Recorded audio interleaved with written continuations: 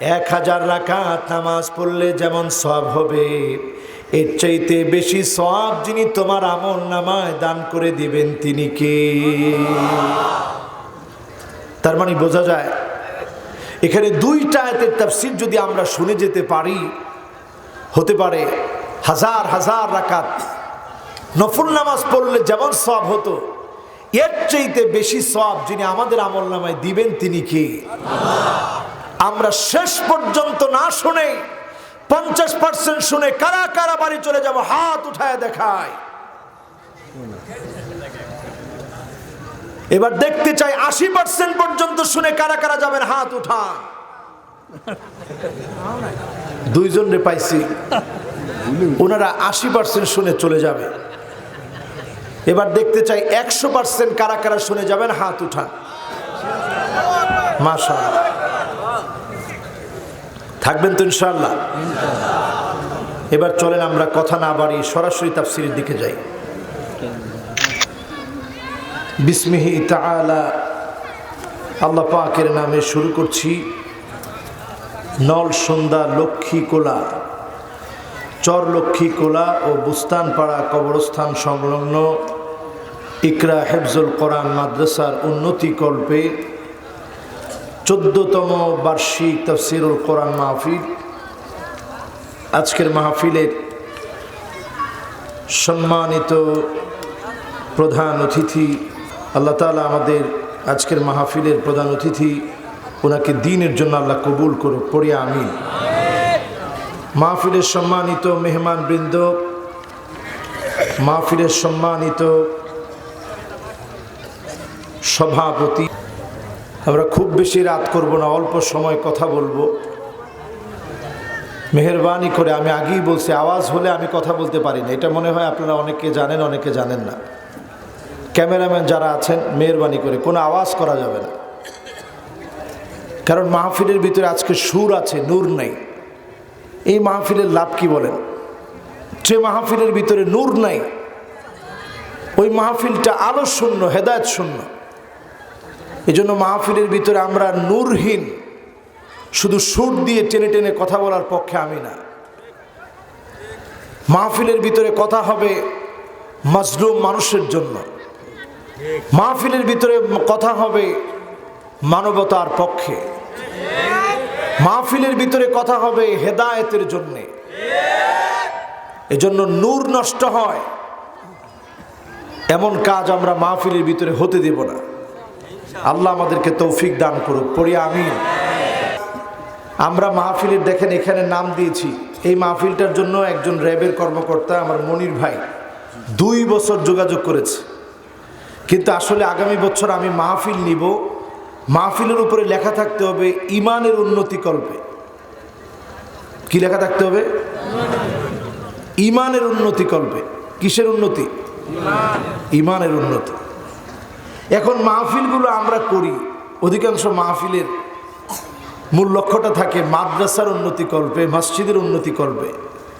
আমরা ব্যস্ত হয়ে যাই কখন মানুষ টাকা দিবে। আরে মানুষ তো টাকা অবশ্যই দিবে, আগে তো মাহফিল সুন্দর হওয়া লাগবে, ঠিক কিনা? এই জন্য ইমানের উন্নতি যদি হয়, নিজ তাগিদে মানুষ মসজিদ মাদ্রাসা করার জন্য সব ব্যয় করে ফেলবে। এজন্য আমরা আগে লিখব ইমানের উন্নতি কল্পে। কথাটা কি আপনাদেরকে বোঝাতে পেরেছি? ইমানের উন্নতি হলে মসজিদ মাদ্রাসা সব কিছুর উন্নতি হবে। এজন্য আমরা মন খারাপ না করি, সবাই ইনশাআল্লাহ যার যার জায়গায় বসে পড়ি, কথাগুলো শোনার চেষ্টা করি। এখন আর আমরা কেউ নড়তেছি না, 1 ঘন্টা আর কোনো আওয়াজ হবে না, শুধু একটা মাইক থেকে আওয়াজ হবে। রাজি আছেন ইনশাআল্লাহ? দেখেন শ্রোতাদের আগ্রহ কত বেশি। এই আগ্রহটা যদি নষ্ট হয় আমি কেমন করে আল্লাহর কাছে জবাব দিব যে তোমরা ছিলাম মাদউ, তোমরা তো দায়ী ছিল না। মানুষ তাদের নিজেদের পকেটের টাকা দিয়ে খরচ করে ইন্তজাম করে তোমাদেরকে নিয়ে ওয়াজ শুনেছে, তোমরা কেমন করে দায়ী হও? তোমরা ছিলাম মাদউ, ডেকে নিয়ে তোমাদের কাছ থেকে ওয়াজ শুনেছে। এরপরেও যদি আমরা ভালো করে কথাগুলো শোনাতে না পারি, আল্লাহর কাছে জবাব দেওয়া যাবে না। এজন্য আমি সকলকে বলবো, আর কোনো আওয়াজ যেন না হয়। পিছনে ইন্তেজামিয়া কমিটির মাদ্রাসার যারা আজকে পাগড়ি নিয়েছে, পিছনে যারা কথা বলতেছে, এখনো দৌড়াদৌড়ি করছে, এটা বন্ধ করা লাগবে। দেখছেন না? এটা আপনি পারবেন না, মুরব্বী আপনি বসেন। হ্যাঁ, ইন্তেজামিয়া কমিটির ছেলেরা কই? হায়রে, আমরা খালি মাহফিল বলতে বুঝি যে নারায়ে তাকবীর স্লোগান দিয়ে হুজুরে আনেন, এরপরে মাহফিল হইলে হোক না হইলে নাই, যাওয়ার সময় কোনো কি ওয়াজ করছে হুজুর, এমন ওয়াজ তো আমিও জানি।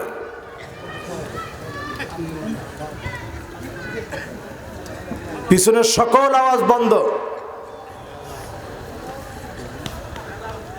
এবার একটু মহাব্বত নিয়ে মহিয়ান গরিয়ান রাজাদিরাজ সমস্ত ক্ষমতার মালিক আল্লাহ তাবারাকা ওয়া তাআলার জন্য প্রশংসাটুকুন আদায় করি, জবান খুলে পড়ি কালিমাতুশ শুকর আলহামদুলিল্লাহ।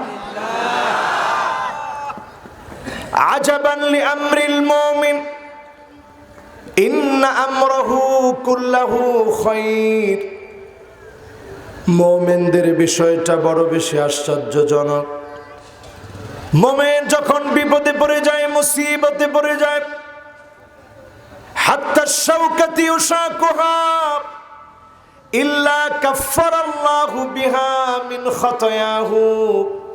একটা কাঁটাও যদি মুমিনের শরীরে বিধে, মুমিন যখন শব্দ উচ্চারণ করে, সবর করে, ধৈর্য ধারণ করে, মুমিনের গুনাহ মাফ করে জান্নাতের দরজা যিনি বুলন্দ বানায় দেন তিনি কে? ওয়ালহামদুলিল্লাহি তামলাউল মিজান। দাড়ি পাল্লায় যখন আমলনামা দেওয়া হবে, একদিকে নেকের পাল্লা, একদিকে বদের পাল্লা থাকবে। নেকের পাল্লা যখন হালকা হয়ে যেতে নিবে, আমার মালিক খুঁজবে গোলাম আমার জন্য প্রশংসা করেছে কিনা। সেই প্রশংসাটুকুন ফিস সাররাই ওয়াদ দাররা, সুখের দিনের প্রশংসা, দুঃখের দিনের প্রশংসা যার আমলনামায় থাকবে, তার পাল্লা যিনি ভারী বানায় দিবেন তিনি কে? আউয়ালু মান ইউদআ ইলাল জান্নাল হামিদুন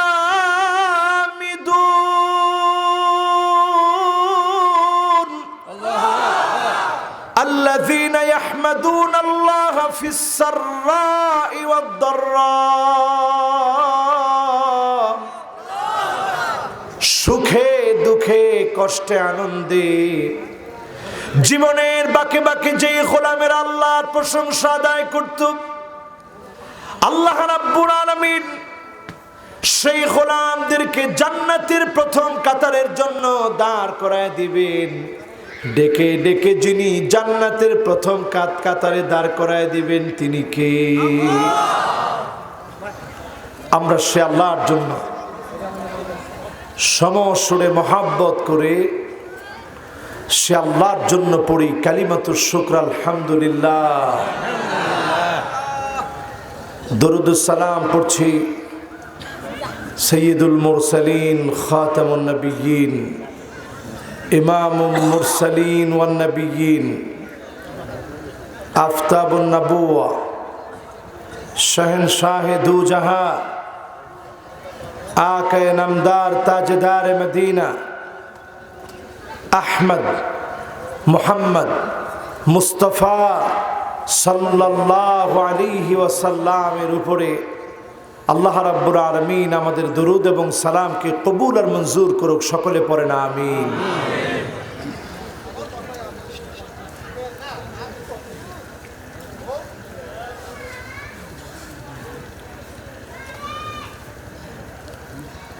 আমরা আমাদের রসুলের নামটা শুনলাম, কয়জন সাল্লাল্লাহু আলাইহি ওয়াসাল্লাম পড়েছি বলেন? কি মোহাব্বত আমাদের হৃদয়ে আছে। সাল্লাল্লাহু আলাইহি ওয়াসাল্লামও পড়লাম না, কথায় ব্যস্ত আছি। এই কথা বন্ধ করার জন্য 10 বার বলছি, এরপরও কথা বলে মানুষ। আহারে,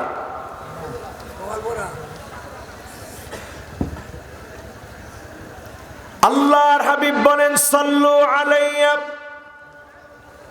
فإن صلاتكم تبلغني حيث كنتم উম্মতেরা রে তোমরা আমি নবীর নামে দরুদ পড়ো, যেখান থেকে তোমরা দরুদ পড়বে আমি নবীর কাছে তোমার দরুদখানা পৌঁছায় দিবে। আমি যদি মহাব্বত ভরে ভালোবাসা নিয়ে শ্রদ্ধা নিয়ে বিনম্র হয়ে যদি নবীর নামে দরুদ পড়ি, এই দরুদখানা নবী যখন পাবে আমার নবী খুশি হয়ে যাবে, যে নবীকে জীবনে কোনো দিন দেখি নাই। মহব্বত নিয়ে পড়ার কারণে নবীর হৃদয়ের সঙ্গে মহব্বতের সংযোগ যিনি স্থাপন করে দিবেন তিনি কে? উম্মতদের জন্য সেদিন নবীজি বলবে শাফাতি লি আহলিল কাবাইর মিন উম্মতি, আমি নবীর শাফাত আমার গুনাহগার উম্মতদের জন্য হবে। একদিন আয়াত নাজিল হলো ওয়ালা সাউফা ইউতিকা রাব্বুকা ফাতারদা।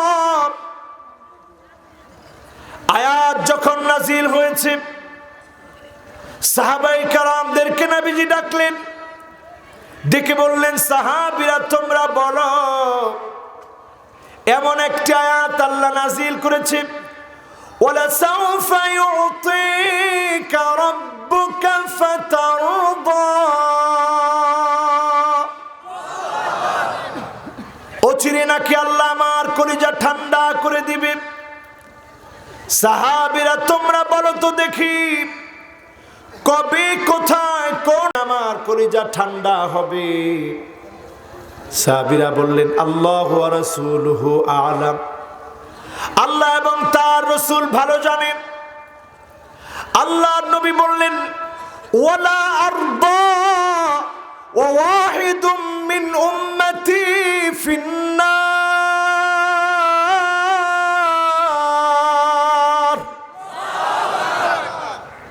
আমার একজন গুনাহগার উম্মত যদি জাহান্নামের আগুনে জ্বলে কশিন কালেও নবীর কলিজা ঠান্ডা হবে না।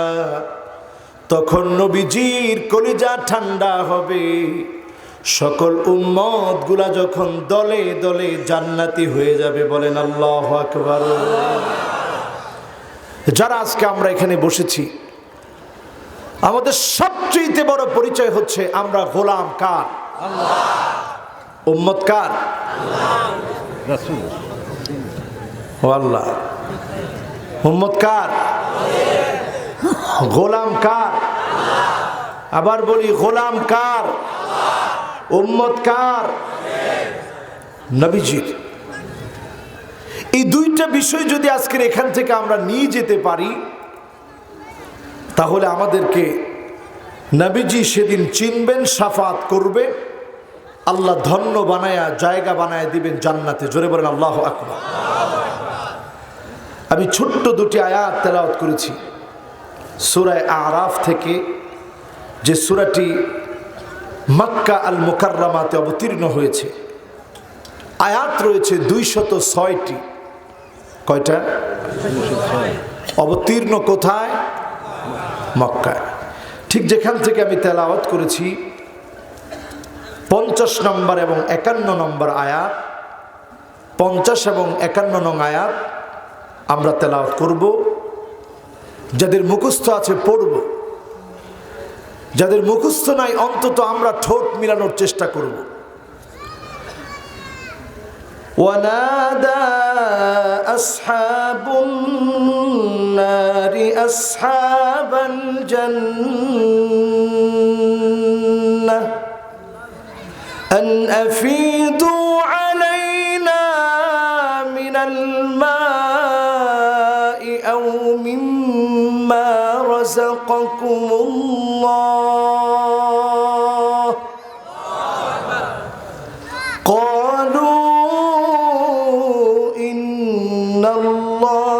حرمهما على الكافرين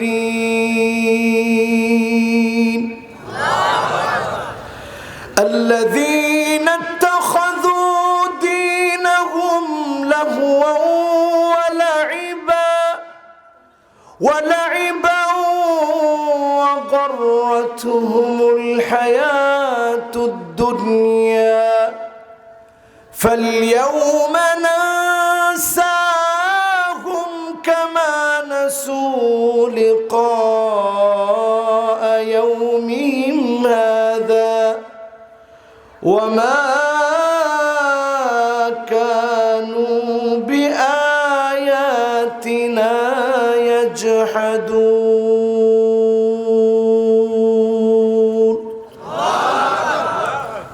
কথাগুলো কার? কোন সূরা? সূরা আরাফ। কত নম্বর আয়াত? 50 এবং 51 নং আয়াত। পুরো সূরার ভিতরে আয়াত আছে কয়টা? 206টি। কোরআন কারীমের বড় বড় সূরার মধ্যে সূরা আরাফ একটি। মক্কায় অবতীর্ণ সূরাটি। আল্লাহ তাআলা বলছেন, সেদিন জাহান্নামীরা ডেকে জান্নাতীদেরকে বলবে, জান্নাতীরা তোমাদের কাছ থেকে কিছু পানি, কিছু রিজিক একটু আমাদেরকে দাও। জান্নাতীরা সেদিন বলবে, আল্লাহ তাআলা কাফিরদের জন্য জান্নাতীদের রিজিককে হারাম করে দিয়েছে। আল্লাহু আকবার। পরের আয়াতে আল্লাহ রাব্বুল আলামিন বলছেন, এই মানুষের জন্য আল্লাহর পক্ষ থেকে জান্নাতের রিজিকগুলো হারাম করা হবে। কেন? এই জন্য হারাম করা হবে কারণ তারা তাদের দিনটাকে গ্রহণ করেছিল লাহওয়া ওয়া লাইবা, খেল তামাশা হিসেবে। দুনিয়ার চাকচিক্য তাদেরকে ভুলিয়ে দিয়েছিল, দুনিয়ার চাকচিক্যের কাছে তারা হেরে গিয়েছিল। আর ঠিক যেমন করে দুনিয়ার জীবনে তারা আল্লাহ পাককে ভুলে গিয়েছিল, আমি আল্লাহ তাদেরকে ভুলে যাব। আর এরাই আমি আল্লাহর নিদর্শনগুলোকে প্রকাশ্যে অস্বীকার করে। এই হচ্ছে আয়াতের সার সংক্ষেপ বঙ্গ অনুবাদ। আমরা চলুন এবার তাফসীর করার চেষ্টা করি। কয়টা আয়াত? সবার কাছ থেকে একটু শুনতে চাই, কয়টা আয়াত? দুইটা আয়াতের তাফসীর যদি আজকে শোনার চেষ্টা করি,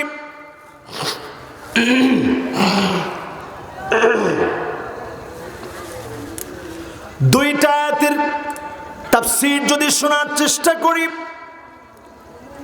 আবু যার রাদিয়াল্লাহু তাআলা আনহুকে ডেকে আল্লাহর হাবিব বললেন, ইয়া আবা যার লা আনতা দুআ ওয়া তাআল্লামা আয়াতাম মিন কিতাবিল্লাহ। আবু যার শোনো, তুমি যদি কোরআন কারীমের কোন একটা আয়াত শিখো, কোন একটা আয়াত বোঝো, কোন একটা আয়াত যদি বোঝার চেষ্টা করো, খায়রুল লাকা আন তুসাল্লিয়া মিয়াতা রাকাত, 100 রাকাত নামাজ পড়লে যেমন সওয়াব হবে, এর চাইতে বেশি সওয়াব যিনি দান করে দেবেন তিনি কে? তার মানে তাফসীরের দরকার আছে না নাই? এই দুইটা আয়াতের তাফসীর যদি আমরা বোঝার চেষ্টা করি, 200 রাকাত নামাজের সওয়াব যিনি দান করবেন তিনি কে? এরপরে আবু যারকে ডেকে আল্লাহর হাবিব আবার বললেন, ইয়া আবা যার লা আনতা দুআ ওয়া তাআল্লামা বাবাম মিনাল ইলম, যদি কোনো নতুন একটা জ্ঞান তুমি শিখো, উমিলা বিহি আও লাম ইউমাল, আমল করতে পারলে আর না পারলে, নতুন কোন একটা ইলম যদি তুমি শিখো, নতুন কোন একটা মাসালা যদি তুমি শিখো, খায়রুল লাকা আন তুসাল্লিয়া আলফা রাকাত, 1000 রাকাত নামাজ পড়লে যেমন সওয়াব হবে, এর চাইতে বেশি সওয়াব যিনি তোমার আমল নামায় দান করে দিবেন তিনি কে? তার মানে বোঝা যায় এখানে দুইটা আয়াতের তাফসীর যদি আমরা শুনে যেতে পারি, হতে পারে হাজার হাজার রাকাত নফল নামাজ পড়লে যেমন সওয়াব হতো, এর চাইতে বেশি সওয়াব যিনি আমাদের আমল নামায় দিবেন তিনি কে? আমরা শেষ পর্যন্ত না শুনে 50% শুনে কারা কারা বাড়ি চলে যাব, হাত উঠায় দেখায়। এবার দেখতে চাই 80% পর্যন্ত শুনে কারা কারা যাবেন, হাত উঠান।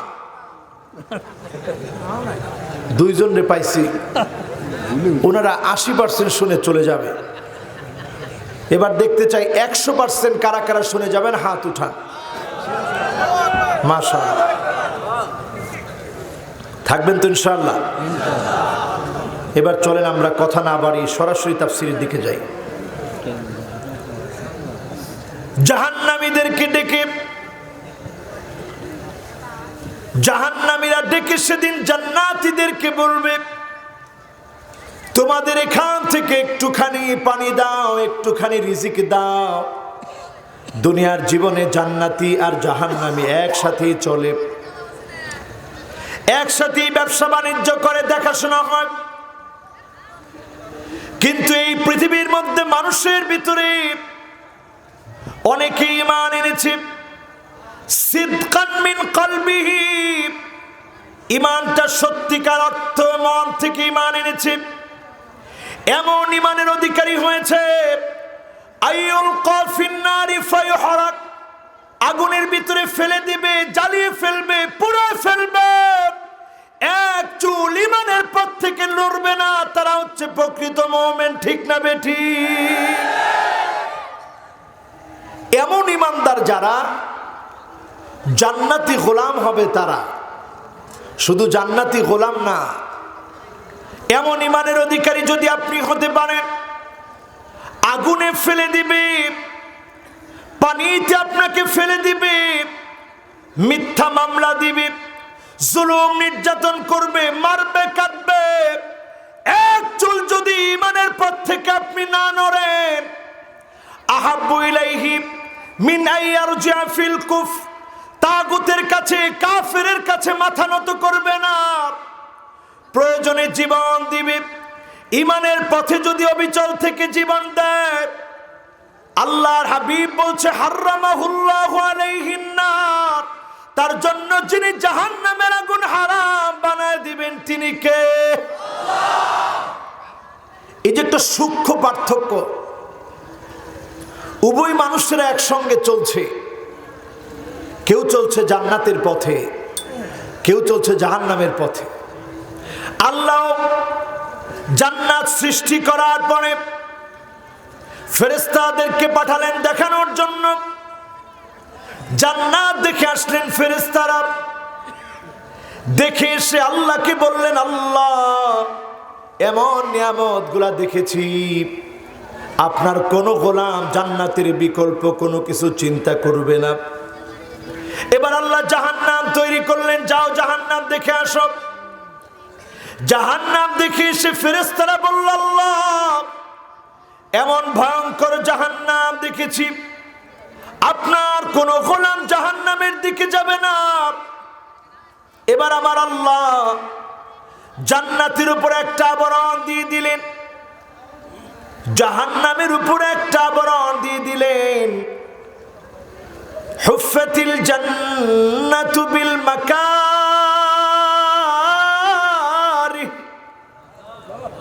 কষ্ট, ক্লেশ, যন্ত্রণা, পরীক্ষার ভিতর দিয়ে জান্নাত পেতে হয়।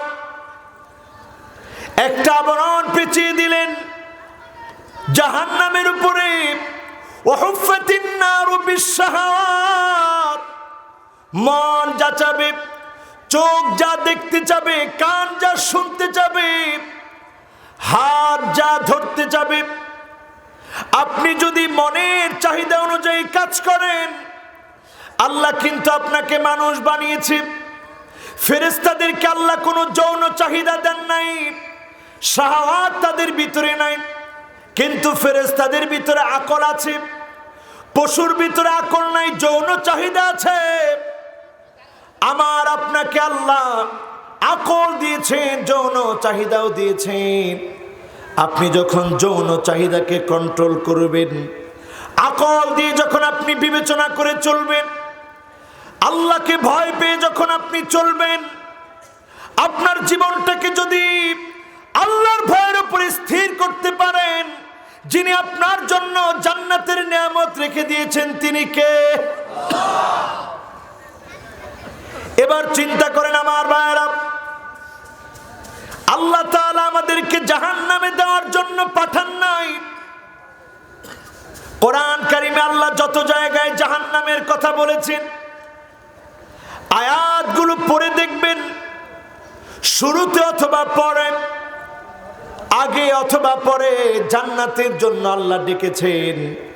কারণ সবচাইতে বেশি মায়া যার তিনি কে? আল্লাহ নবী কোন একদিন দেখালেন,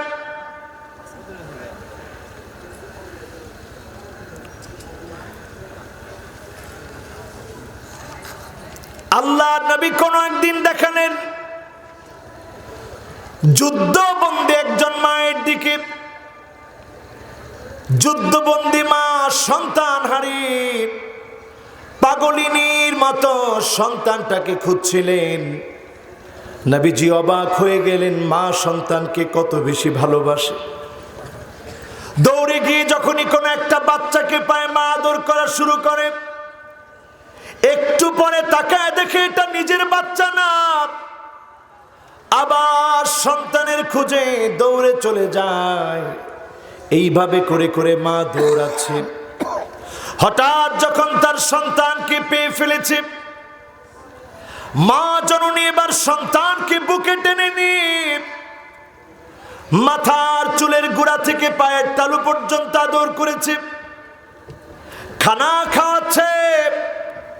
সেই মুহূর্তে আল্লাহ নবী সাহাবীদেরকে ডেকে বললেন, সাহাবীরা দেখো, যেই মা সন্তানকে এত বেশি আদর করে, যেই মা সন্তানকে এত বেশি মহব্বত করে, যেই মা সন্তানকে এত বেশি ভালোবাসে, সেই মা কি সন্তানকে আগুনে ফেলতে পারে?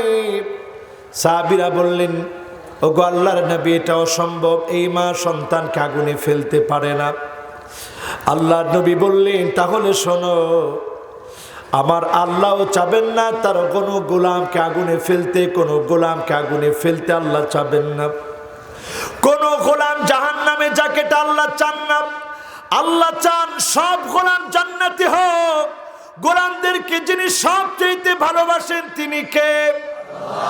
মায়ের চাইতে যিনি বেশি ভালোবাসেন তিনি কে? আল্লাহ চান না একজনও জাহান্নামে যায়। আল্লাহ চান সবাইকে আল্লাহ মাফ করে দিক। আল্লাহ চান সবাইকে আল্লাহ জান্নাত দিক, সবাই জান্নাতে যান, এটা আল্লাহ চান। এই আয়াতে কারিমা লক্ষ্য করে দেখেন, আয়াতের ভিতরেও কেমন মায়া দিয়ে আল্লাহ বলছেন, আল্লাযীনা ইত্তাখাযু দীনাহুম লাহওয়ান ওয়া লাইবান ওয়া গাররাতুহুমুল হায়াতুদ দুনিয়া। আল্লাহ তাদেরকে কেন সেদিন ভুলে যাবে?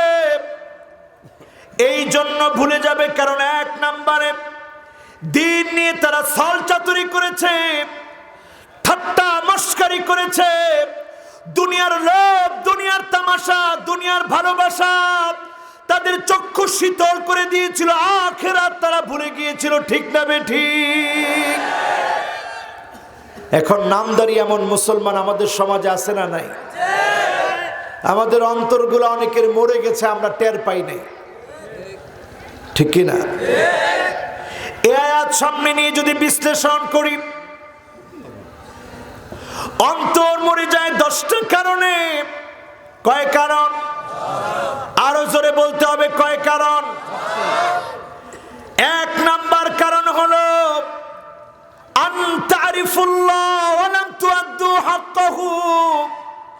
আল্লাহ পাককে আমি আপনি চিনি ঠিক, করোনাকালীন সময়ে দোয়া মুখস্থ করেছি ঠিক, আল্লাহর কাছে কেঁদেছি ঠিক, ভয় পেয়েছি ঠিক, কিন্তু করোনা চলে যাওয়ার পরে ওই মানুষগুলো নামাজি হওয়ার কথা ছিল কিন্তু নামাজি হয় নাই। ঠিক না বেঠিক? আমার সঙ্গে সেদিন একজনের দেখা হয়েছে, তো তিনি এমপি মানুষ, আমারে বলতেছে, হুজুর বাংলাদেশের মানুষ রোদের মধ্যে পড়ে বৃষ্টিতে ভিজার কারণে আমরা শক্তিশালী, এই জন্য করোনায় কিছু হয় নাই। আমি বললাম আপনি কয়দিন রোদের মধ্যে পুড়ছেন আর বৃষ্টিতে ভিজছেন কয়দিন? কয় না হুজুর আমি তো আর ভিজি নাই। তা আপনার করোনা হয়েছে? কয় না হুজুর হয় নাই। কে বাঁচাইছে? কয় আল্লাহ বাঁচাইছে হুজুর। আমি কই এইটা বলেন, আমাদেরকে যিনি বাঁচিয়ে দিয়েছেন তিনি কে? কথা বলার সময় আমাদের হুঁশ ঠিক থাকে না। আমরা কথা বলার সময় বলি বাংলাদেশের মানুষের শক্তি বেশি, আমরা রোদে পড়ি, রোদে পুড়ে আর বৃষ্টিতে ভিজে আমাদের শরীরের স্ট্যামিনা বেশি, এজন্য আমরা সুস্থ আছি। যিনি সুস্থ রেখেছেন তিনি কে? এই এক নাম্বার জায়গাটা একটু চিন্তা করে দেখেন। আল্লাহকে চিনি ঠিক, কিন্তু আল্লাহর হক অধিকাংশ মুসলমান নামে মুসলমান হওয়ার কারণে আল্লাহর হক আদায় করে না, ঠিক না বেঠিক?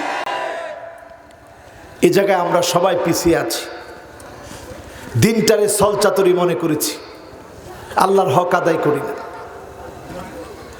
2 নাম্বার পয়েন্টে চলে আসি আমার ভাইয়েরা। মন মরে যাচ্ছে কেন? ওয়া আনতুম তাকরাউনাল কুরআন ওয়া লাম তা'মালু বিহি। এই কোরআন তোমরা পড়ো ঠিক, কিন্তু এই কোরআন দিয়ে রাষ্ট্র চলো। 92% মুসলমানের দেশে বহু মুসলমান এটা চায় না, ঠিক না বেঠিক? কোরআন দিয়ে রাষ্ট্র চলো 92% মুসলমানের দেশে, বহু মুসলমানও এটা চায় না। তাইলে বোঝা যায় কোরআন পড়ি ঠিক, কিন্তু কোরআনের কথাগুলো রাষ্ট্রীয়ভাবে, কোরআনের কথাগুলো রাষ্ট্রীয়ভাবে আসুক, বাস্তবায়ন হোক, এটা বহু মুসলমানের হৃদয়ে তামান্না নাই বিধায় এখনো পর্যন্ত আমরা মার খাচ্ছি, ঠিক না বেঠিক? আজকে পৃথিবীর দিকে তাকায় দেখেন, জগন্নাথ বিশ্ববিদ্যালয়ের সহকারী অধ্যাপিকা যজুবেদ, ঋগ্বেদ, সামবেদ, অথর্ববেদ, স্মৃতি, শ্রুতি, উপনিষদ সব তিনি পড়েছেন। সব পড়ার পরে তিনি বললেন আমি সব পড়লাম, নিউ টেস্টামেন্ট, ওল্ড টেস্টামেন্ট সব পড়েছি, কম্পারেটিভ রিলিজিয়ানের অনেক পড়াশোনা করেছি। সর্বশেষ আমার কাছে মনে হয়েছে একটা ধর্মগ্রন্থ আমার পড়া হয় নাই। ধর্মগ্রন্থটার নাম কি? সবাই বলেন কি না? আমার তো এখনো কোরআন পড়া হলো না, একটু পড়ে দেখি। অধ্যাপিকা তিনি বলছেন আমি যখন কোরআন পড়া শুরু করেছি আমার কাছে মনে হয়েছে যুগ জিজ্ঞাসার সঠিক সমাধান একমাত্র এই কোরআনের মধ্যে যিনি দিয়ে রেখেছেন তিনি কে? সব ধর্মগ্রন্থগুলো পড়ার পরে আমার মনে হয়েছে অন্যান্য ধর্মগ্রন্থগুলো মানব রচিত, একমাত্র যেই ধর্মগ্রন্থ আমার আল্লাহ দিয়েছেন ধর্মগ্রন্থের নাম কি? এই কোরআন আমরা পড়ি ঠিক, কিন্তু কোরআন অনুযায়ী আমল করি না। কোরআনের একটি আয়াত যদি আমরা বোঝার চেষ্টা করি, একটি আয়াতের কারণে যিনি জীবন বদলায় দিতে পারে তিনি কে? আল্লাহ রাসূল সাল্লাল্লাহু আলাইহি সাল্লাম একদিন কোরআন তেলাওয়াত করছেন, নবীজি পড়ছেন আম খুলিকু মিন গায়রি শাইইন আম হুমুল খালিকুন। আবার পড়লেন আম খুলিকু মিন গায়রি শাইইন আম হুমুল খালিকুন।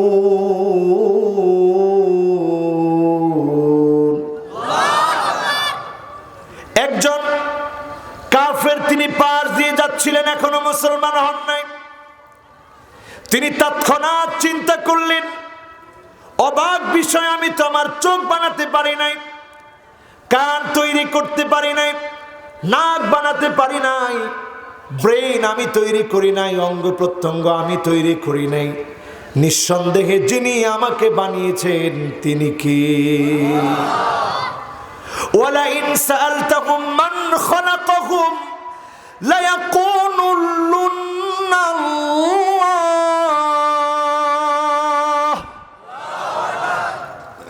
যদি তাদেরকে প্রশ্ন করা হয় কে তোমাদেরকে বানিয়েছে, ওয়ালা ইন সাআলতাহুম মান খালাকাহুম লায়াকুলুন্না আল্লাহ।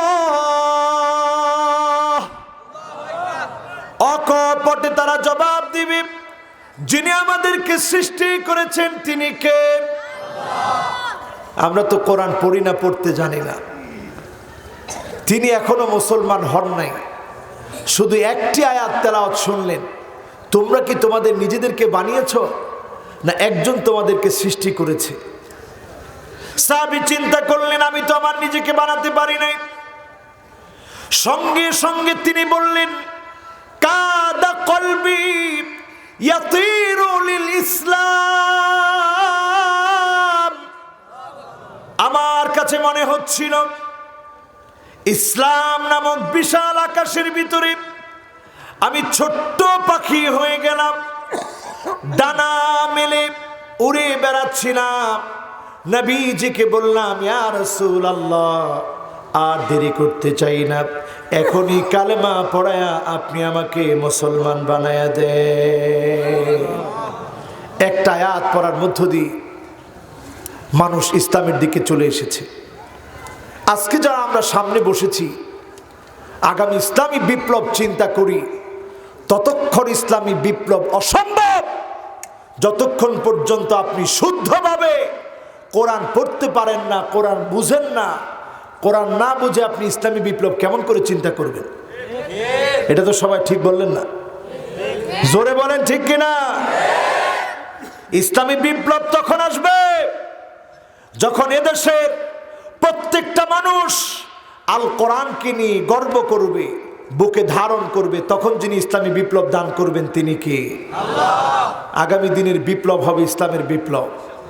সেই বিপ্লব তখন আসবে যখন কোরআন নিয়ে আমরা জীবন রাঙাবো, পরিবর্তন করব, ঠিক না বেঠিক?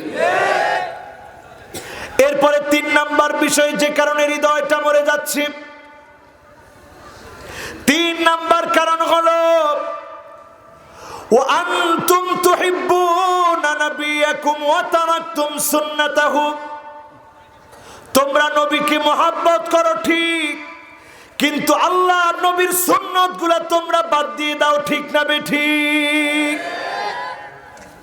আমি আজকে আপনাদেরকে এখানে কয়েকটা পয়েন্ট বলতে চাই। বুঝতেছেন? আমার তো পুরোপুরি মনে হচ্ছে না, বুঝতেছেন? আল্লাহ ভালো জানে। আল্লাহ তুমি বোঝার তৌফিক দিও। আপনারা তাফসীর পছন্দ করেন তো, না গল্প টল্প পছন্দ করেন? আমি আবার গল্প টল্প পছন্দ করি না, করিও না, বিশ্বাসও করি না এগুলা। এতে যদি মানুষ পছন্দ করে তাফসীর শুনবে, আর না শুনলে ওমা তৌফিক ইল্লা বিল্লাহ। আমার যদ্দুর তৌফিক আছে আল্লাহ দিছে এতটুকু। তাফসীর বুঝতেছেন তো আপনারা? কয় কারণে হৃদয় মরে যায়? আমরা আসি কয় নাম্বারে? এরপরে আসেন আমার ভাইয়েরা, ৩ নাম্বারটা বলতে গিয়ে বলছিলাম নবীজিকে আমরা মহব্বত করি, কিন্তু নবীজির সুন্নত আমরা অনেকেই মানি না। সুন্নত মানার প্রতি মহব্বত আমাদের নাই। উদাহরণ দিলে পরিষ্কারভাবে বুঝবেন। সাদ সালামি নামক একজন সাহাবী আল্লাহর নবীর কাছে এসে কাঁদছেন। নবীজি প্রশ্ন করলেন, সাদ সালামি কান্না করার কারণ কি?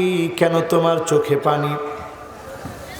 আল্লাহর নবীকে সাদ সালামি বললেন, ইয়া রাসূলুল্লাহ, ইসলাম গ্রহণ করেছে 8 মাস হয়ে গিয়েছে। আপনার কাছ থেকে একটি হাদিস শুনেছি, আন-নিকাহু মিন সুন্নতি ফামান রাগিবা আন সুন্নতি ফালাইসা মিন্নি। বিবাহ আমি নবীর সুন্নত, যে এই সুন্নাত থেকে মুখ ফিরায় নিবে সে আমার উম্মত না। নবী হে, 8 মাস ধরে আমি ইসলাম গ্রহণ করেছি, মদিনার প্রান্তে প্রান্তে ঘুরেছি, কালো বলে টাকা নাই বলে কেউ বিবাহ দেয় নাই। আমার মনে হয় একটা সুন্নতের জন্য যদি আল্লাহ ধরে, কেমন করে আমি জবাব দিব আল্লাহর কাছে? এই জন্য আমি কাঁদতেছি। আল্লাহর নবী বললেন, যাও আমর ইবনুল আউফের ঘরে যাও, গিয়ে বলবা তার সুন্দরী কন্যার সঙ্গে আমি নবী তোমার বিয়ে দিয়ে দিয়েছি। বলেন আল্লাহু আকবার। তিনি চলে গেলেন, দরজার মধ্যে গিয়ে নক করেছে। আমর ইবনুল আউফ রাদিয়াল্লাহু তাআলা আনহু দরজা খুলে দিলেন। দরজা খুলে দিয়ে দেখেন সাদ সালামি আসছে। সাদ সালামি, কেন এসেছো? আল্লাহর নবী পাঠিয়েছে, আপনার আদরের কন্যার সঙ্গে বিবাহ দিয়ে দিয়েছে। সাহাবী চিন্তা করলেন, কালো যদি টাকা থাকতো তাও চিন্তা করতাম, অথবা যদি এমন হতো টাকা নাই সুন্দর তাও চিন্তা করতাম। একদিকে কালা, অন্যদিকে টাকা নাই, এমন সাহাবীর কাছে কেমন করে আমার কন্যাটা তুলে দিই? ফারাদ্দাহু রাদ্দান কবিহা, খারাপ ব্যবহার করে পাঠিয়ে দিলেন। সাদ সালামি মসজিদ নববীর মধ্যে এসে বসে বসে কাঁদতেছে।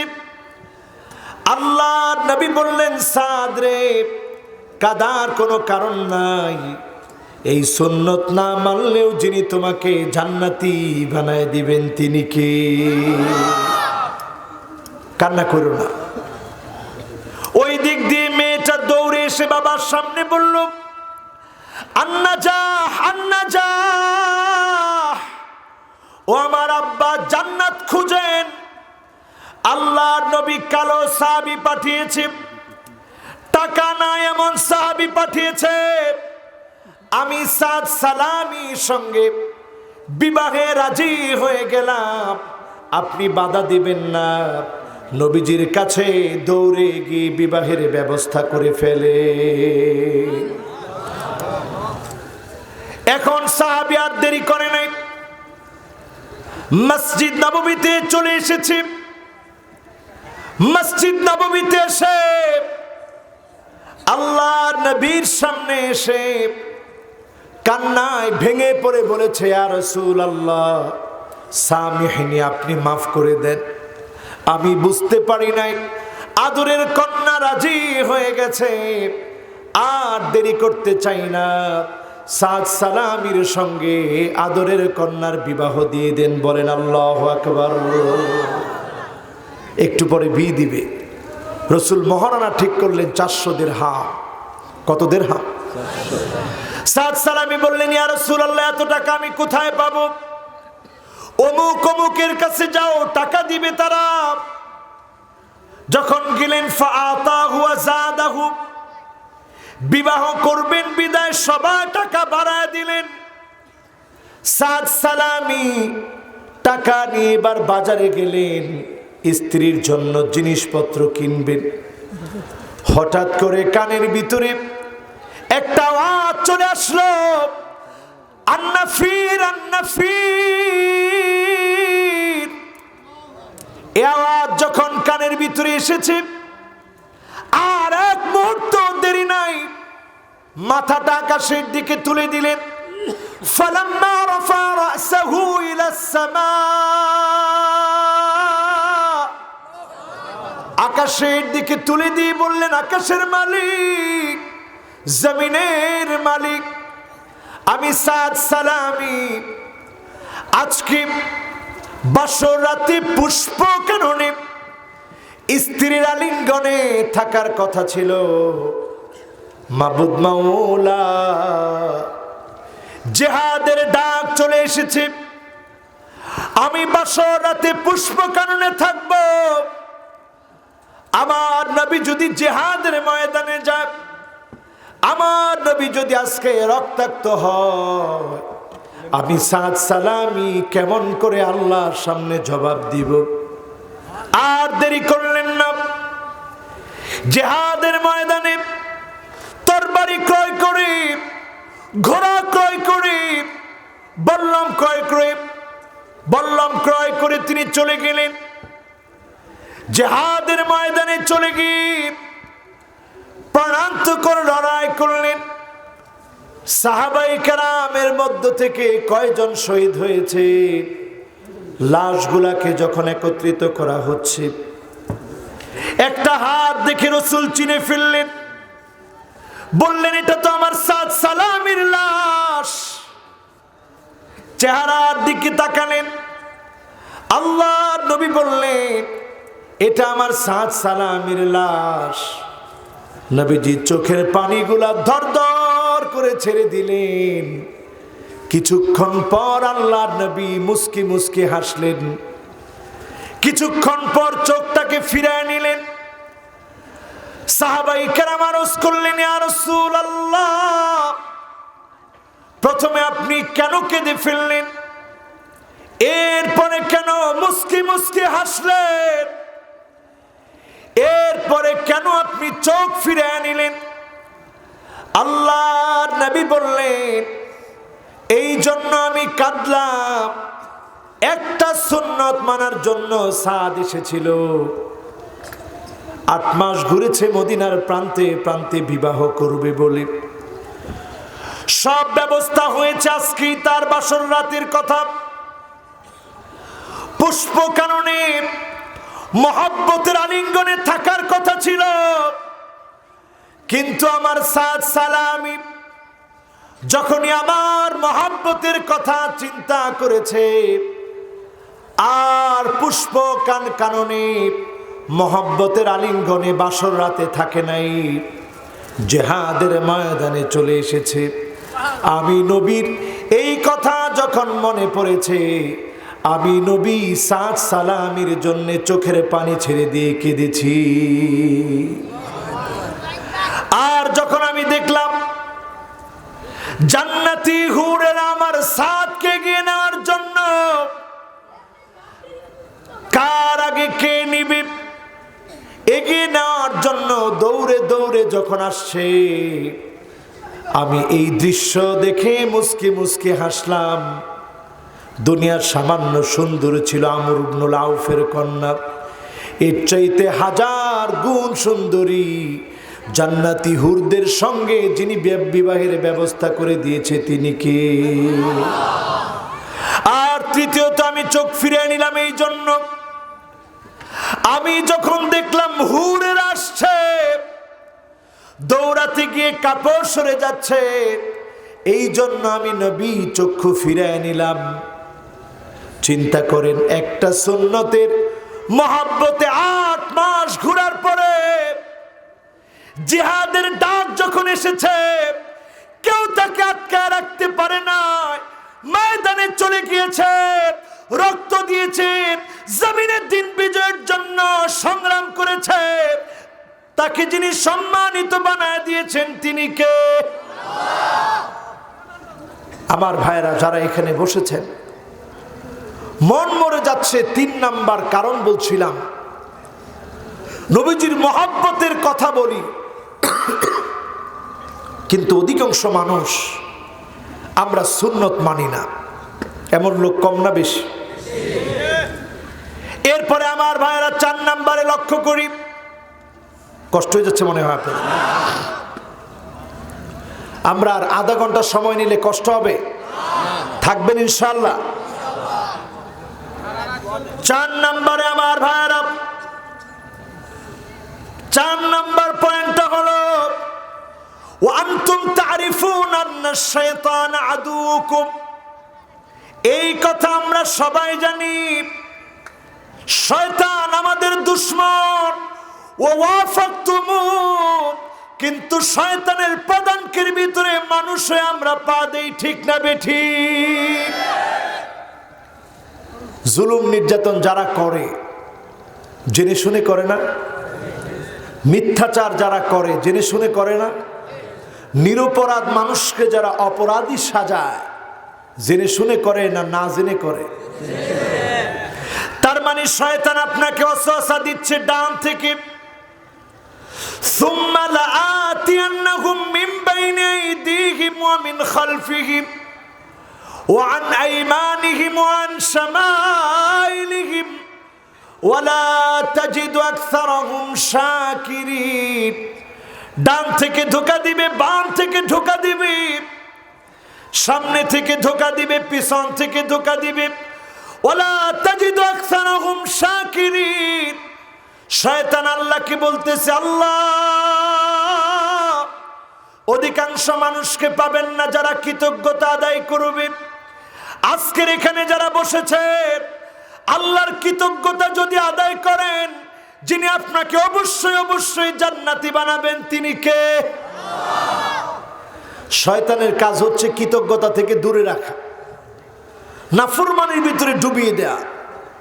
আমাদের কাজ হচ্ছে চিরকাল আল্লাহর গোলামি করা।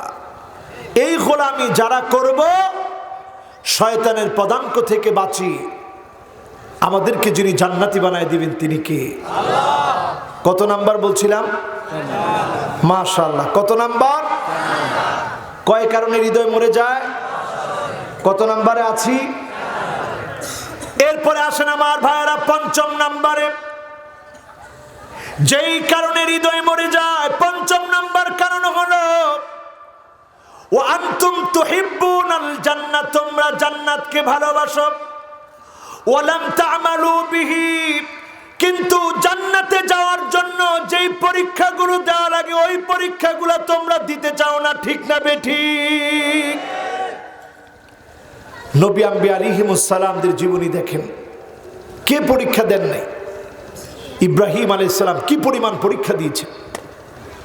ছোট্ট ইসমাঈল আলাইহিস সালাম ছুরির নিচে, সে অবস্থায় বাপকে বলতেছে, মা বিকা ইয়া আবি, ও আমার আব্বা, কেন আমার গলা কাটে না? ছুরির সঙ্গে আপনার কি সম্পর্ক হয়েছে? গলা কেন কাটে না? ফাদাক্কাতিল মালাইকাতু ফিস সামা, ফেরেশতারা আকাশের ভিতরে চিৎকার করা শুরু করলেন, আল্লাহুম্মা আরহাম শাইখাল কাবীর ওয়াফদি আনহু তিফলাস সাগীর। আয় আল্লাহ, বৃদ্ধ মানুষটাকে একটু দয়া দেন, ছোট্ট বাচ্চাটাকে একটু রহম করেন। এমন পরীক্ষা আল্লাহ নিলেন।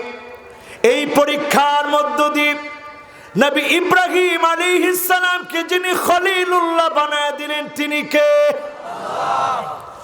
ছোট কালি ছুরির নিচে গলা পড়ে গেছে, যে কোনো মুহূর্তে গলা আগলা হয়ে যেতে পারে, জবাই হয়ে যেতে পারে, এমন পরীক্ষা। তারপরেও এক চুল পরীক্ষা থেকে নড়ে নাই। এই জন্য নবী ইসমাঈল আলাইহিস সালামকে ছোটবেলাতেই যিনি জবিহুল্লাহ বানায় দিয়েছেন তিনি কে? মুসা আলাইহিস সালাম যে কোনো বিপদে পড়ে আল্লাহর সঙ্গে কথা বলতেন। এজন্য মুসা আলাইহিস সালামকে যিনি কালিমুল্লাহ বানায় দিয়েছে তিনি কে? তুর পাহাড়ে অনেকবার কথা বলছেন মুসা আলাইহিস সালাম। একবার কথা বলতে গেছে, এক জায়গায় দেখে নূর। মুসা আলাইহিস সালাম মনে করছে আগুন মনে হয়, গেছে ওইখানে, যে কিরে আগুন দেখা যায়। স্ত্রী তখন গর্ভবতী, গেছে সেখানে, গিয়ে একটু আগুন নিয়ে আসবে। আল্লাহ বলে, নবী মুসা, এটা আগুন টাগুন কিচ্ছু না, ফাখলা নালাইক, তোমার জুতা খুলে ফেলো, ইন্নাকা বিল ওয়াদিল মুকাদ্দাসি তুয়া, তুমি একটা পবিত্র উপত্যকার মধ্যে আছো। জোরে বলেন আল্লাহু আকবার।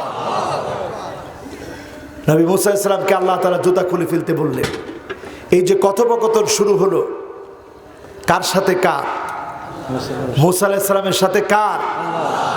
মুসা আলাইহিস সালাম ছিলেন কালিমুল্লাহ। একদিন তিনি বললেন, আল্লাহ আপনাকে দেখতে চায়। আল্লাহ বললেন, কশিন কালেও দেখতে পারবে না। লান তারানি, কশিন কালেও দেখতে পারবে না। বারবার দেখতে চাওয়ার পরে আল্লাহ যখন সামান্য নূরের তাজাল্লি দিলেন, তুর পাহাড়ের মাঝখানের একটা জায়গা নিজের চোখে আমি দেখেছি, লিমনে জিয়া নামক জায়গা। লিমনে জিয়া নামক জায়গা তুর পাহাড়ের মাঝখানের জায়গা, পুরাটা পুড়ে গিয়েছে। ফাখররা মূসা সাইকা, মূসা আলাইহিস সালাম অজ্ঞান হয়ে গিয়েছে। জ্ঞান যখন ফিরেছে তখন তিনি বুঝলেন যাকে চর্মচক্ষু দিয়ে দেখা যায় না তিনি কে। আমার ভাইরা চিন্তা করেন, পরীক্ষা দেওয়ার মধ্য দিয়ে যিনি জান্নাতের জন্য আমাদেরকে তৈরি করছেন তিনি কে? আজকের দিনেও দেখবেন যারা সবচেয়ে বেশি মাজলুম, যারা ঘুমাতে পারে না, যারা টিকতে পারে না, যাদের উপরে অত্যাচার হচ্ছে, বুঝে নিতে হবে তাদেরকে যিনি ভালোবেসে ফেলেছেন তিনি কে? আমার রাসূলকে আল্লাহ পছন্দ করেছেন, বারবার পরীক্ষা নিয়েছেন, নবীজিকে আল্লাহ হাবিবুল্লাহ বানায় দিয়েছেন। আমাদেরকে যখন আমাদের মালিক পছন্দ করবে, মাঝে মাঝে জেল হবে, জুলুম হবে, নির্যাতন হবে, কষ্ট আসবে,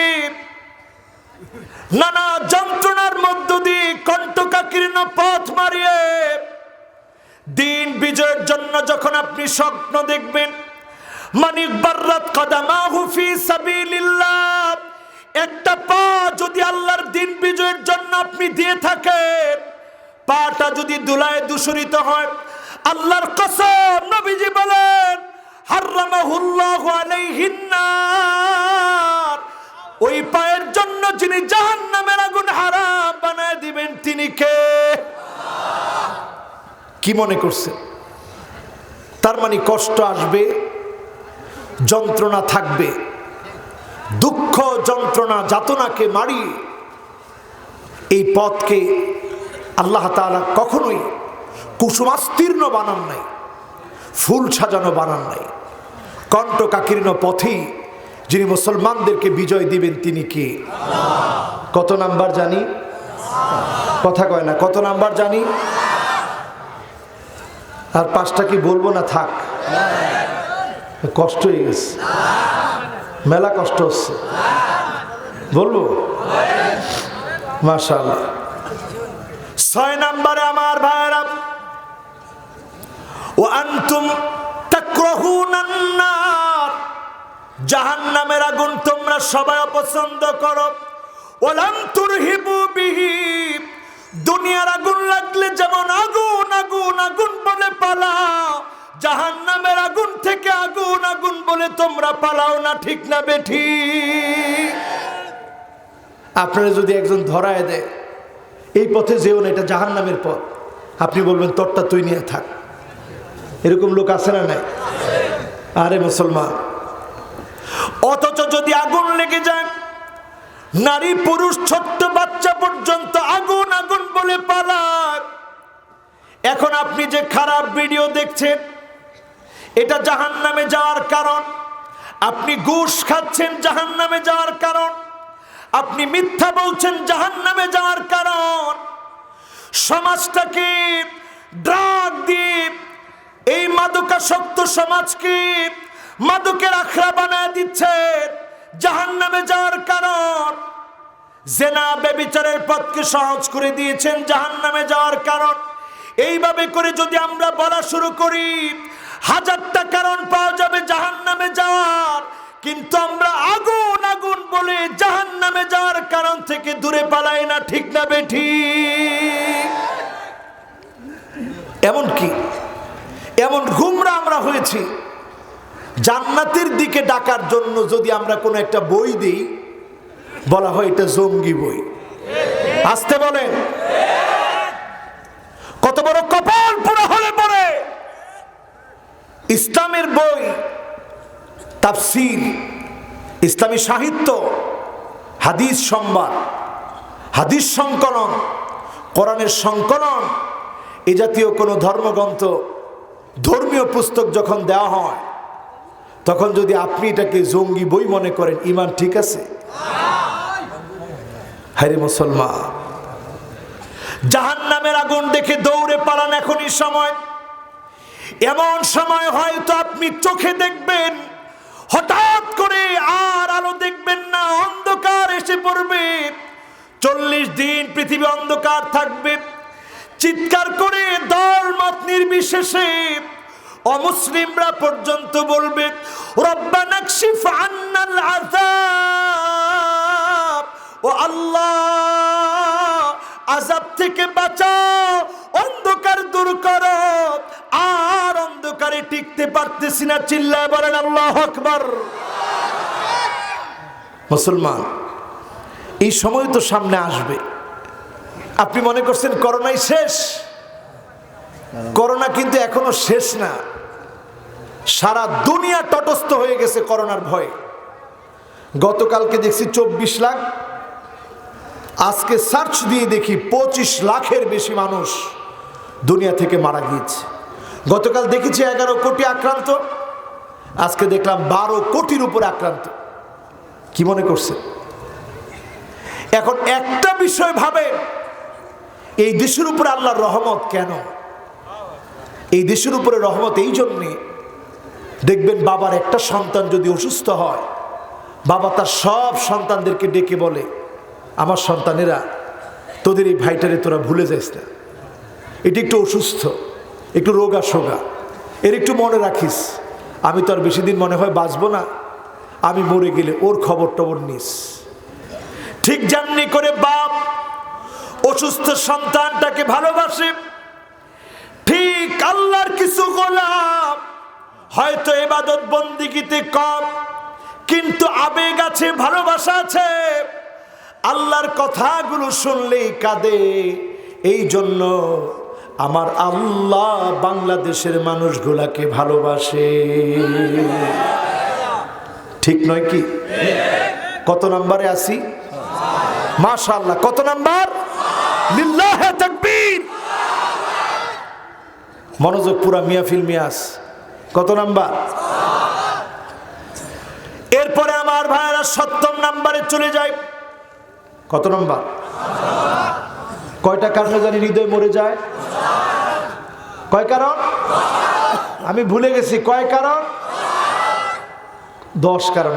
চাচা একেবারে হাত দিয়ে দেখাই দিয়েছে, হুজুর ভুলে গেলে মনে রাখেন। কয়টা? এখন কয় নাম্বারে আছি? কত নাম্বার? 7 নাম্বারে।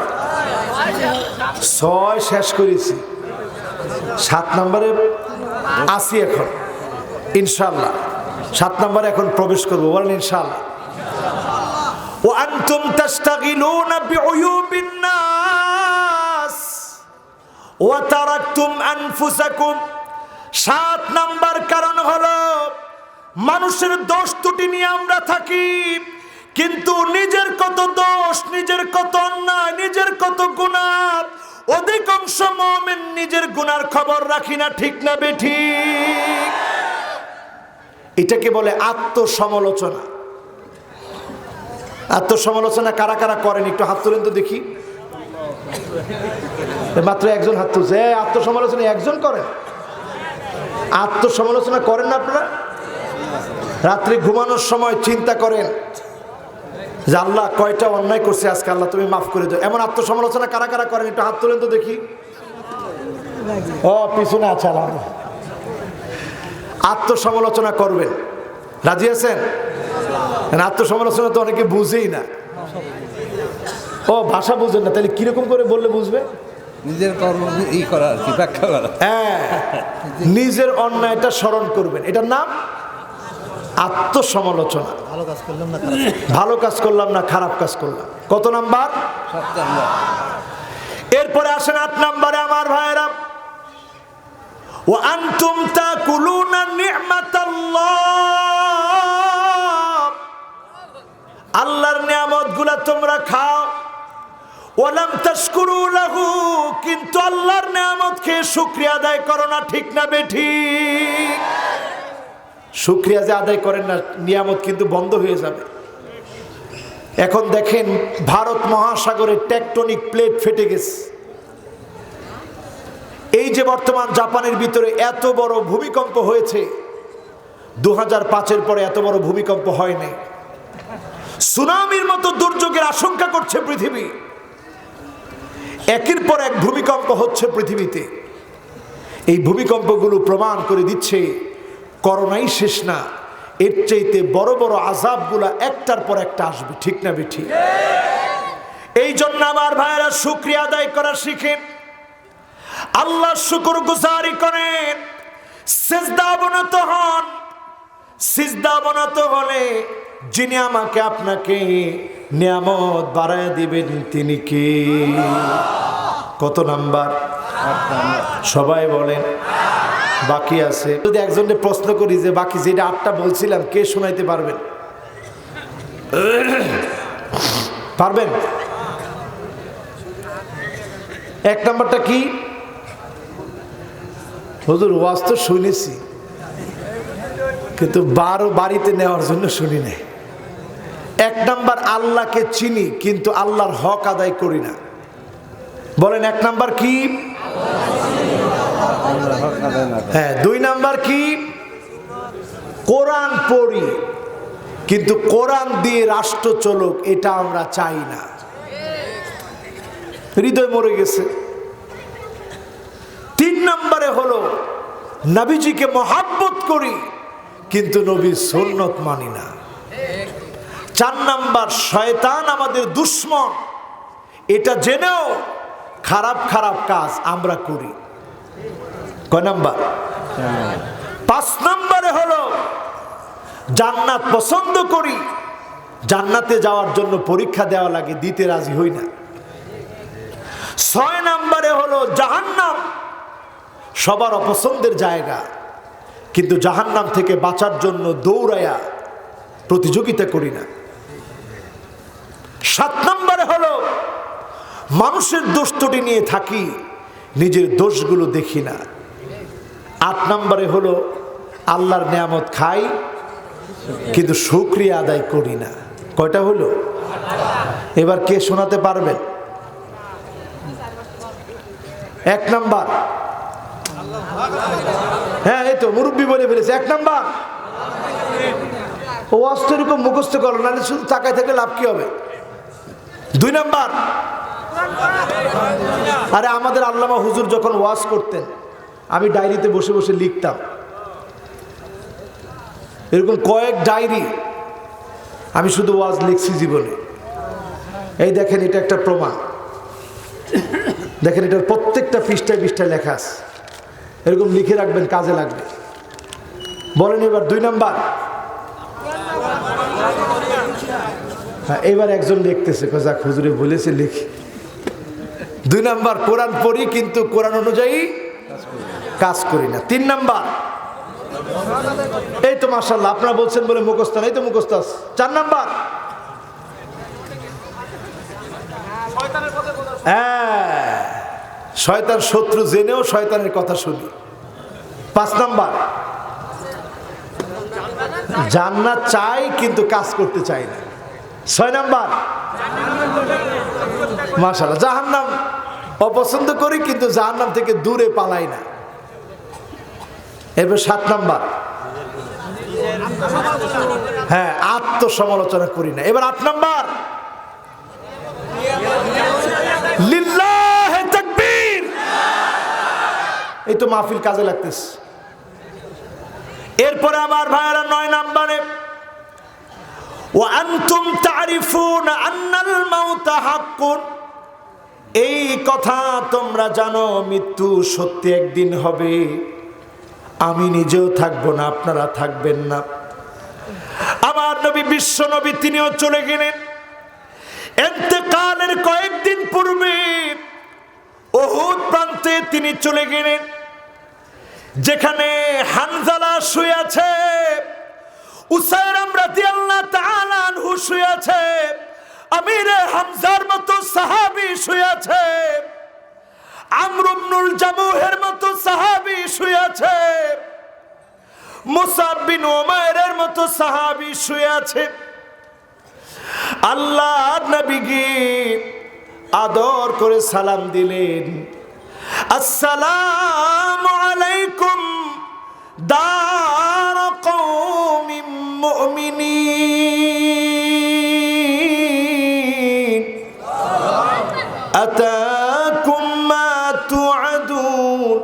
غدا مؤجلون وإنا إن شاء الله بكم لاحقون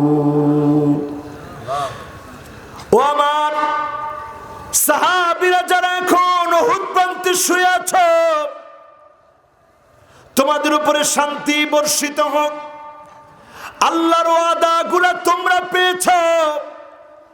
অচিরেই আমি নবী দুনিয়া থেকে বিদায় নিব, তোমাদের সঙ্গে সাক্ষাৎ হয়ে যাবে। আল্লাহর ওয়াদাগুলো আমি নবীও পেয়ে যাব।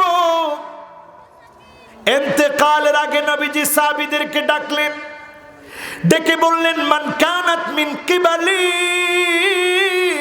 মাজলামা, কারো উপরে যদি এক তিল পরিমাণ জুলুম করে থাকি, ফালিয়াক্তাস মিন্নি ক্বাবলাল কিসাস ইয়াউমাল কিয়ামা, আল্লাহর হিসাবের আগে আমার কাছ থেকে তোমরা হিসাব নাও। কিয়ামতের দিন তোমরা কেউ আমার বিপক্ষে দাঁড়িও না, এখনই হিসাব না। সাহাবীরা কান্নায় ভেঙে পড়লেন, ইয়া রাসূলুল্লাহ, নিজে না খেয়ে আপনি খাইয়েছেন, পেটের মধ্যে পাথর বেঁধেছেন, ঘুম থেকে জাগ্রত হলে চাটের দাগ পিঠের মধ্যে পড়ে যেত। সুখ শান্তি জীবনে আপনি চান না, আখিরাতের জন্য সব আপনি ত্যাগ করেছেন। আমাদেরকে এত মায়া করেছেন, কেমন করে আপনি জুলুম করবেন? একটু শিক্ষা নেন। ওয়া আনতুম তারিফুনা আন্নাল মাউতা হাক্কুন, এই কথা আমরা জানি, নিশ্চিত নিশ্চিত একদিন আমাদের মৃত্যু হবে, কিন্তু মৃত্যুর জন্য আমরা প্রস্তুতি নেই না, ঠিক না বেঠিক? কয় নাম্বার গেল? মাশাআল্লাহ। বাকি আছে লিল্লাহে তাকবীর। কয়টা? একেবারে শেষ। কি না কি কিনা বুঝলাম না ভাইজান, কি না? আরো বলতে রাত বাজে 12টা।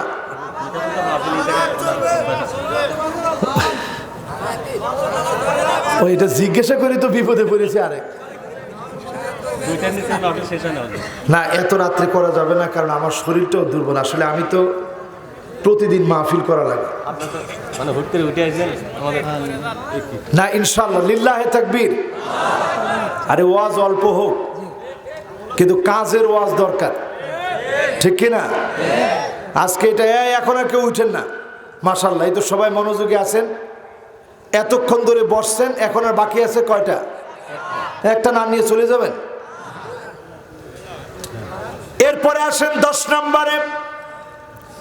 কত নাম্বার? সবাই বলেন 10 নম্বরে। ও আনতুম তাদফানু মাউতাকুম, কত নেতার দাফন হলো। আহারে মুসলমান, কত নেতার দাফন দেখলাম। দাফন হওয়ার সময় রাষ্ট্রীয় অনেক সম্মাননা ছিল, স্যালিউট ছিল, রাষ্ট্রীয় সম্মাননা দেওয়া হয়েছে। কিন্তু মরে যাওয়ার পরে ওই মানুষগুলাকে কেউ মনে রাখে নাই, এমন অনেক মানুষের দৃষ্টান্ত এখনো আছে না? না,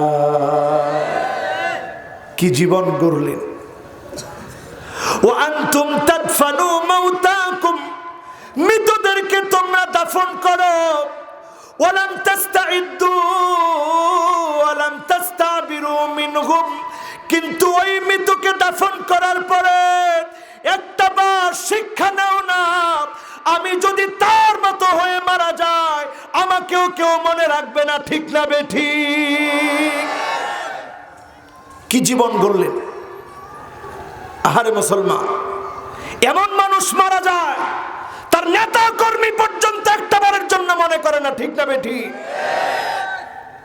আর এমন মানুষ আছে মারা গেছে কত আগে, কিন্তু তাদের কথাটা মনে হলেই মনে হয় তারা যেন আমাদের মাঝে আছে। ইমাম বুখারী, ইমাম মুসলিম, ইমাম তিরমিজি, আবু হানিফা, ইমাম শাফিঈ, ইমাম মালিক, আহমদ বিন হাম্বল, ওনাদের নামটা যখনই আমরা উচ্চারণ করি মনে করি জীবিত। জোরে বলেন আল্লাহু আকবার। ওনাদের কথা বললাম, অনেক আগের মানুষ। এবার যদি আসি সৈয়দ কুতুব রহিমাহুল্লাহ, হাসানুল বান্না রহিমাহুল্লাহ, ওনাদের কথা মনে হলেই মনে হয় ওনারা যেন জীবিত, ঠিক কিনা? এই যে দৃষ্টান্তগুলো আমাদের চোখের সামনে, এই দৃষ্টান্তগুলা থেকে শিক্ষা নেন। আপনি যদি ইসলাম মানেন, দাফন যখন করছেন সেখান থেকে শিক্ষা গ্রহণ করেন। আপনাকেও একদিন লাশ হয়ে যেতে হবে, আপনার জারি জুরি বন্ধ হয়ে যাবে, আপনি লাশ হয়ে যাবেন। মানুষ আপনার নাম ধরবে তো দূরে থাক, নেতা বলা তো দূরে থাক, নাম ধরা তো দূরে থাক। মানুষ বলবে লাশ কখন আসবে, লাশের গোসল কখনো হবে, জানাজা কখনো হবে, দাফন কাফন কখনো হবে। এরপরে যখন কবরস্থ করা হবে, নবীজি বলছেন কবরের ভিতরে যা হয়, যদি একবার তোমাদেরকে দেখানো যেত আল্লাহ তাদাফানু, ও মানুষেরা দাফন কাফনের কথা তোমরা ভুলে যেতে, দুনিয়াদারি তোমাদের মনে থাকতো না, দুনিয়াদারি বাদ দিন আখিরাতের জন্য পাগল পারা হয়ে যেতে, আখিরাতের জন্য প্রতিযোগিতা করতে। বলেন আল্লাহু আকবার।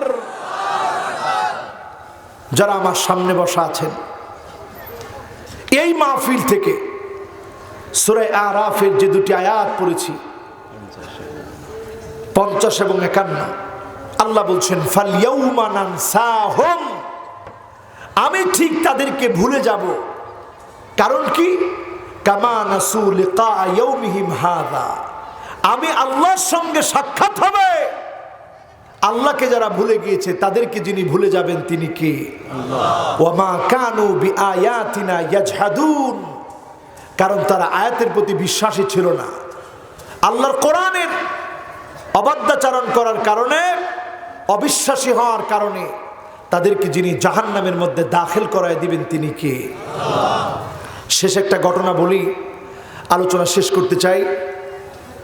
ঘটনাটি এরকম, আমরা ইয়াউমুল জুমা, জুমাবারে সুন্দর পোশাক পরে আগে বাগে মসজিদের দিকে যাই কি যাই না? এরপরে খতিব সাহেব মিম্বারে আরোহণ করে, মিম্বারে উঠে খুতবা প্রদান করে। ঠিক সেই সময় আমার আল্লাহ জান্নাতীদেরকে মেহমানদারি করানোর জন্য ডাকবেন। খতিব সাহেব যখন মিম্বারে আরোহণ করেন, আল্লাহ সেই সময়ে জান্নাতীদেরকে মেহমানদারি করানোর জন্য ডাকবেন। আমার আল্লাহ উপর থেকে সালাম দিবেন, সালামুন কওলাম মির রাব্বির রহিম।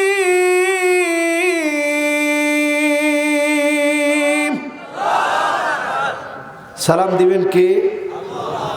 কাদেরকে? বলেন ইনশাআল্লাহ আমাদেরকে। বলেন কাদেরকে? বলেন ইনশাআল্লাহ আমাদেরকে। বলেন কাদেরকে? সালাম যখন দিবেন জান্নাতীরা খোঁজা শুরু করবেন। উপর থেকে সালাম এসেছে, দিনটার নাম হবে ইয়াউমুল মাজিদ, বাড়িয়ে দেওয়ার দিন, নিয়ামত দেওয়ার দিন, পুরস্কার দেওয়ার দিন। সেদিন যিনি পুরস্কার দিবেন তিনি কে? আল্লাহ নিজে সেদিন জান্নাতীদেরকে ডেকে বলবেন, ও আমার বান্দারা রে, আমার গোলামেরা রে, আমার গোলামেরা রে, আদরের মহব্বতের গোলামরা রে, আমি আল্লাহ আজকে তোমাদেরকে কিছু দিতে চাই। প্রথমে আল্লাহ সালাম দিবেন, জান্নাতীরা উপরের দিকে তাকাবেন। উপরের দিকে যখন জান্নাতীরা তাকাবে, আল্লাহ রাব্বুল আলামিন তৎক্ষণাৎ গোলামদেরকে বলবে সালামুন কওলাম মির রাব্বির রহিম। উপর থেকে যিনি সালাম দিবেন তিনি কে? আল্লাহ সালাম দিবেন। আর সালাম দি তৎক্ষণাৎ আল্লাহ বলবে ওয়ামতাজুল ইয়াউমা আইয়ুহাল মুজরিমুন।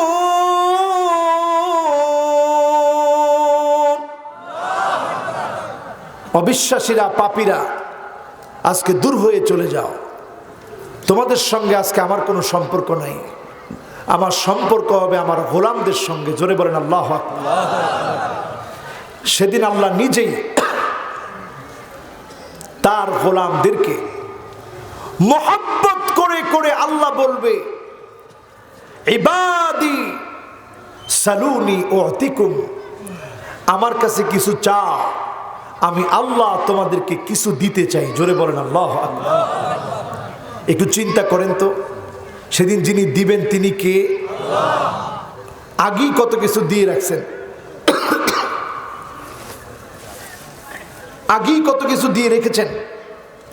কি দিয়ে রেখেছেন?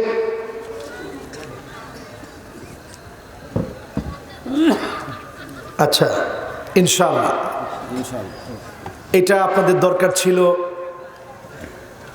আগে, এটা এখন না, এখন রাত 12টা বাজে। ঠিক আছে, অসুবিধা নেই, আপনারা আসেন তো ইনশাআল্লাহ। আমি জানি এটা বলার সাথে সাথে লোকজন অর্ধেক না, অর্ধেকের অর্ধেকের অর্ধেকের অর্ধেক কমে যাবে। তো আপনারা তারপর এটা করলেন, যাক, এটা যার যার ইচ্ছা আর কি। সবারই দিয়ে সবটা হয় না, হয়। আপনারা আছেন তো ইনশাআল্লাহ? জোরে ডাক দিয়ে বলেন আল্লাহু আকবার। এখন আসেন, আল্লাহ তাআলা সেদিন আমাকে আপনাকে উপর থেকে ডাক দিয়ে বলবেন ইবাদি সালুনি উতিকুম, আমি আল্লাহর কাছে কিছু চাও। এই যে এখনই লোকজন যাওয়া শুরু করছে। আচ্ছা ঠিক আছে, আজকে শেষ। আপনারা এই মাহফিলের জন্য, মাহফিল আলহামদুলিল্লাহ যতটুকুন আপনারা করছেন খুব শুকরিয়া, জাযাকাল্লাহ। আজকের এই ঘটনাটা শেষ না করি ইনশাআল্লাহ আবার কোথাও যদি কোনো দিন সিরাজগঞ্জে সুযোগ হয়, যে কোনো একটা জায়গায় বলবো। এই মাহফিলটা যেহেতু মাদ্রাসার মাহফিল, এই মাহফিলে আপনারা যারা বসছেন আমরা সকলেই কিছু না কিছু দিব, এরপরে ইনশাআল্লাহ এখান থেকে বিদায় নেব। রাজি আছেন ইনশাআল্লাহ? কারা কারা দিবেন একটু হাত তুলেন তো দেখি। মাশাআল্লাহ, মাশাআল্লাহ। আমরা সবাই দিব, একজনও না উঠি। আমরা এরপরেই মোনাজাত করবো ইনশাআল্লাহ। কমিটির যারা আছেন, ভলেন্টিয়ার যারা আছেন, একটু মুহূর্তের ভিতরে আমার ভাইদের কাছে গেলে ইনশাআল্লাহ সবাই কিছু না কিছু দিব। আমরা একটু আল্লাহকে হাত দেখায় বলি আল্লাহ, বলেন আল্লাহ। আমরা কৃপণ না, কৃপণদেরকে যিনি অপছন্দ করেন তিনি কে? আল্লাহ। অপছন্দ করেন, দেখতে পারেন না। আল্লাহ বলেন ওয়া কানাল ইনসানু কাতুরা, মানুষ সবচেয়ে বেশি কৃপণ। এখন আমরা কি কৃপণ হব? একটু সবাই বসি, না উঠি।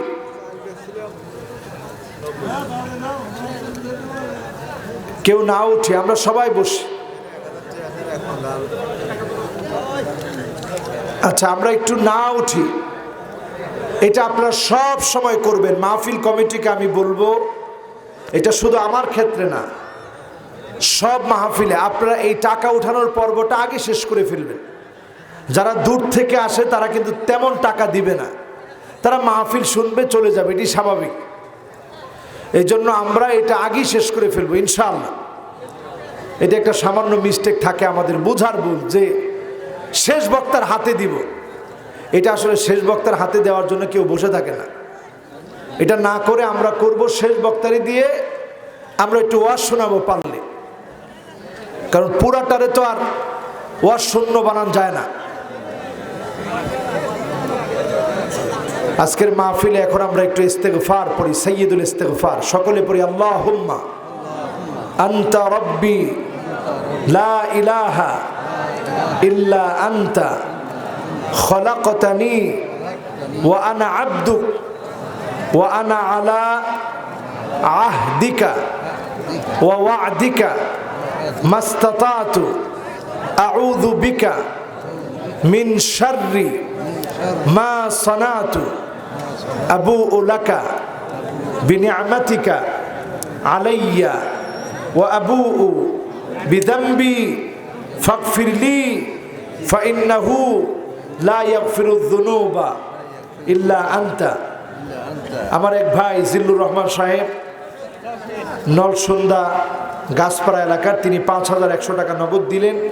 আল্লাহ তাআলা ওনার দানকে কবুল করুক, হায়াতে তয়্যিবা আল্লাহ দান করুক, পড়ি আমিন। আমির হোসেন নামক এক ভাই, তিনি 2,000 টাকা দিলেন। আল্লাহ দান কবুল করো, মঞ্জুর করো, পড়েন আমিন। আরেক ভাই 1,500 টাকা দিলেন।